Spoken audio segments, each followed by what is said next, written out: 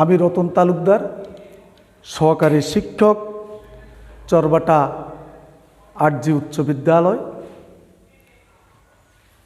প্রিয় শিক্ষার্থী, অনলাইন ক্লাসে তোমাদের সকলকে জানাচ্ছি আমার ব্যক্তিগত পক্ষ থেকে অভিনন্দন। তোমরা জানো কোভিড-19 কারণে গত মার্চ মাস থেকেই সারা বাংলাদেশে বিদ্যালয়ের লেখাপড়া হয়নি, অর্থাৎ শ্রেণী কার্যক্রম বন্ধ ছিল। সেই কারণেই সরকারের নির্দেশনাক্রমে, শিক্ষা মন্ত্রণালয়ের নির্দেশনাক্রমে এখন প্রতিটা স্কুলে ক্লাস হচ্ছে। আমরাও এই সুবর্ণচর চরবাটা আরজি উচ্চ বিদ্যালয়ে আমরাও ক্লাস শুরু করেছি। আবারও তোমাদেরকে এই অনলাইন ক্লাসে চরবাটা আরজি উচ্চ বিদ্যালয়ের পক্ষ থেকে তোমাদেরকে শুভেচ্ছা এবং অভিনন্দন জানাচ্ছি। আমি আজকে ক্লাস করছি 8ম শ্রেণীর বাংলা প্রথম পত্র গদ্যাংশ। গল্পের নাম সুখী মানুষ। এই সুখী মানুষ এটা একটা নাটিকা, লিখেছেন বাংলাদেশের প্রখ্যাত একজন নাট্যকার, লেখক মমতাজ উদ্দিন আহমদ। সর্বপ্রথম লেখক সম্পর্কে আমাদেরকে বলতেই হবে, যদি যার লেখা পড়ছি,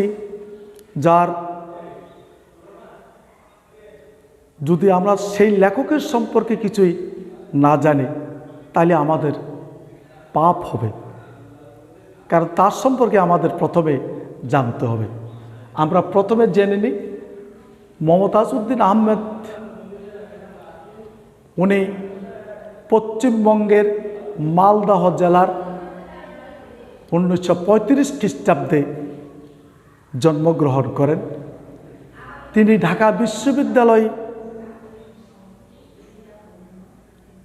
বাংলা বিভাগ থেকে স্নাতকোত্তর ডিগ্রি অর্জনের পর তিনি দীর্ঘদিন বাংলা ভাষা ও সাহিত্যে অধ্যাপনা করে 1992 সালে তিনি অবসর গ্রহণ করেন। তিনি বাংলাদেশের একজন বিশিষ্ট নাট্যকার ব্যক্তিত্ব হিসেবে ওনার খ্যাতি আছে।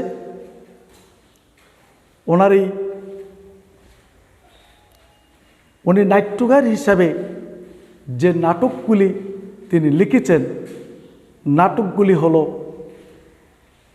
স্বাধীনতা আমার স্বাধীনতা, রাজা অনুসারের পালা, সাত ঘাটের কানাকড়ি, আমাদের শহর, হাস্য লাস্য ভাষ্য এবং প্রবন্ধ গবেষণায় তিনি লিখেছিলেন বাংলাদেশের নাটকের ইতিবৃত্ত, বাংলাদেশের থিয়েটারের ইতিবৃত্ত। এছাড়াও তিনি আরও বিভিন্ন বিষয়ে তিনি লিখেছিলেন। নাটক তো লিখেছিলেন, তিনি গল্প লিখেছিলেন, উপন্যাস লিখেছিলেন।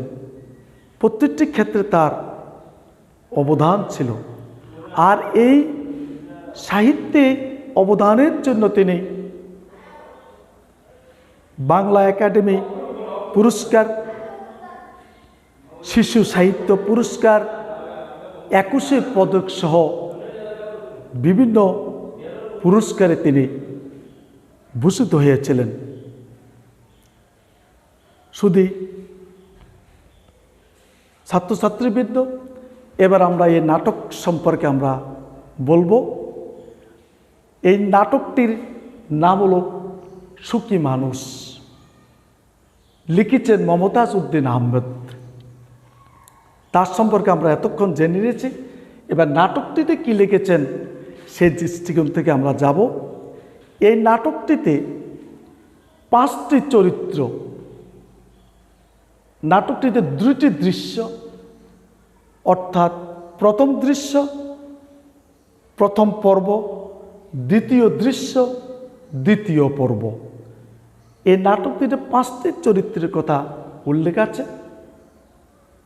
মোড়ল, কবিরাজ, হাসু, রহমত, লোক। মোড়লের বয়স 50, কবিরাজের বয়স 60, হাসুর বয়স 45, রহমতের বয়স 20, লোকের বয়স 40। এই নাটকটিতে লিখেছিলেন সুখী মানুষ, মমতাজ উদ্দিনের সুখী মানুষ। এটি একটি নাটিকা।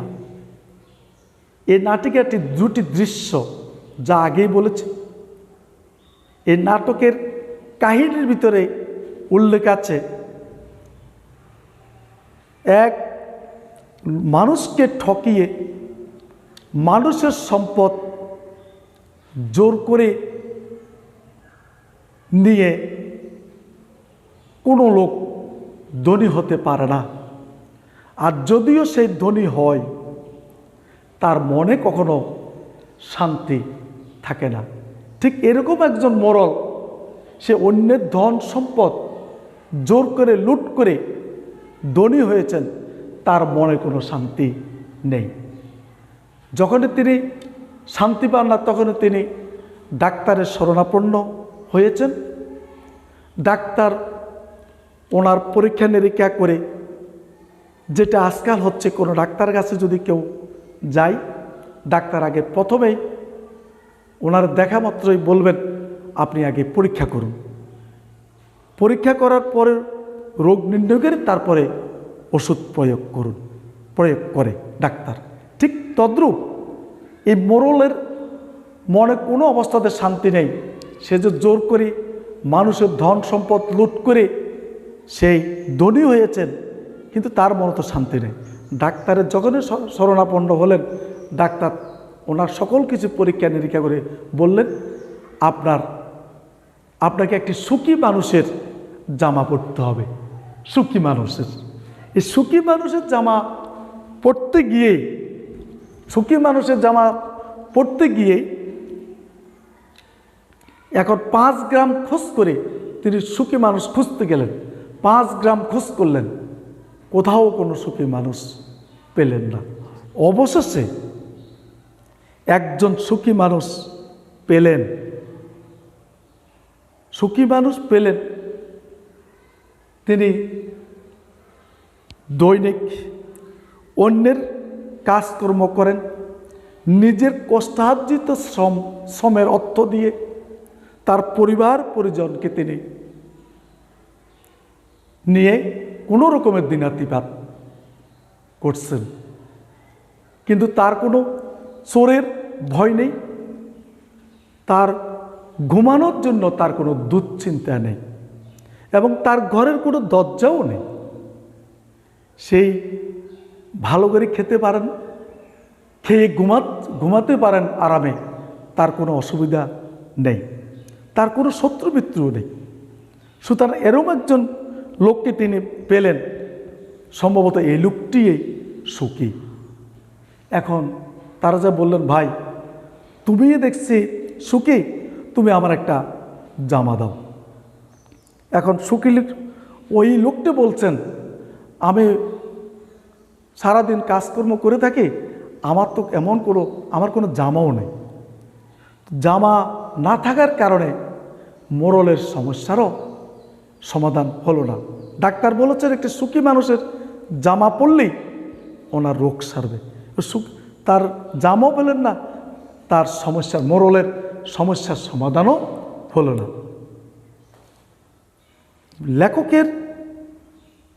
লেখকের ভাষা এখানে খুবই স্পষ্ট।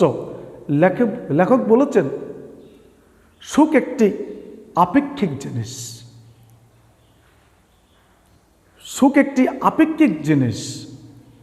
অনেকের অনেক ধন সম্পদ থেকেও সে সুখী নয়, আরেকজনের ধন সম্পদ টাকা পয়সা না থাকলেও সে অনেক সুখী।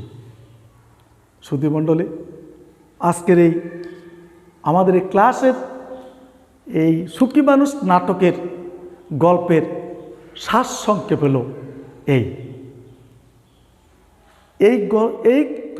নাটিকাটির যে সমস্ত শব্দার্থগুলি পরিলক্ষিত হয়, যেমন এখানে যে কবিরাজ আছেন, কবিরাজ শব্দের অর্থ কি? কবিরাজ শব্দের অর্থ হলো বৈদ্য,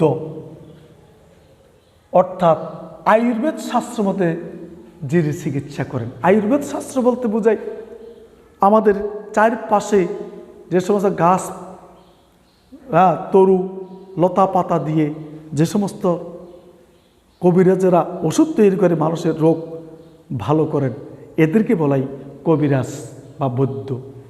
নারী পরীক্ষা, কবজির নারীর অবস্থা থেকে রোগ নির্ণয়। মূর্খ, নির্বোধ, বোকা, অজ্ঞ। শ্রবণ অর্থাৎ কানের শোনা। জবরদস্তি, জোরাজুরি। প্রাণ খোলা, অকৃত্রিম, উদার, খোলা মনের। এই সমস্ত শব্দার্থগুলি পরীক্ষাতে বহু নির্বাচনী প্রশ্নে এসে থাকে, তোমরা এগুলি অবশ্য দেখবে। এবার আমরা আমাদের কিছু বহু নির্বাচনী প্রশ্নের জন্য, যে তোমাদের বহু নির্বাচনী প্রশ্ন পরীক্ষাতে আসে, তার জন্য দুই একটি প্রশ্নের কথা বলবো। পরীক্ষাতে আসতে পারে সুখী মানুষ নাটিকাটির দৃশ্য সংখ্যা কত? 1, 2, 3, 4। উত্তর হবে তোমরা বলবে। আরেকটি প্রশ্ন হলো সুখী মানুষ কে? এবং এই ধরনের একটা প্রশ্ন আসতে পারে। শুধু শিক্ষার্থীবৃন্দ, এবার আমরা একটি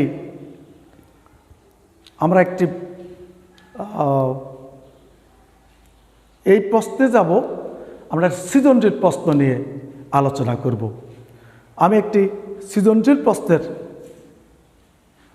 প্রশ্নের যাব। আমি জাস্ট মুখে বলছি। জুবেদ আলী, এটা উদ্দীপক। জুবেদ আলী গ্রামের একজন ভালো মানুষ। তিনি পঞ্চমবারের মতো বিপুল ভোটে নির্বাচিত একজন চেয়ারম্যান।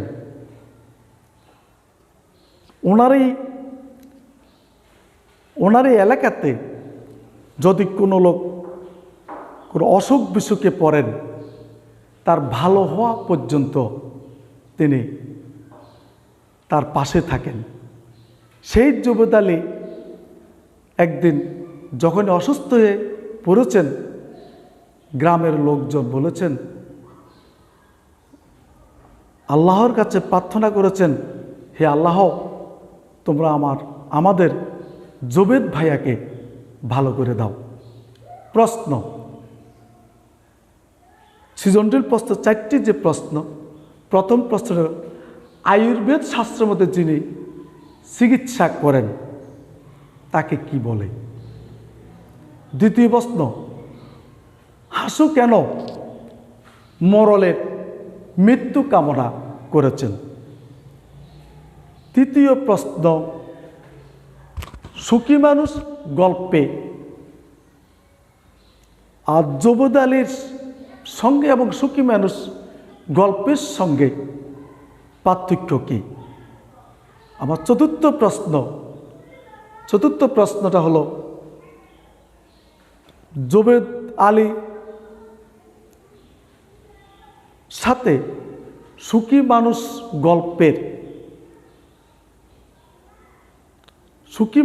গল্পের যে লোকটির কথা উল্লেখ আছে, তিনি কেন একজন সুখী মানুষের জামা তালাশ করতে গিয়েছিলেন?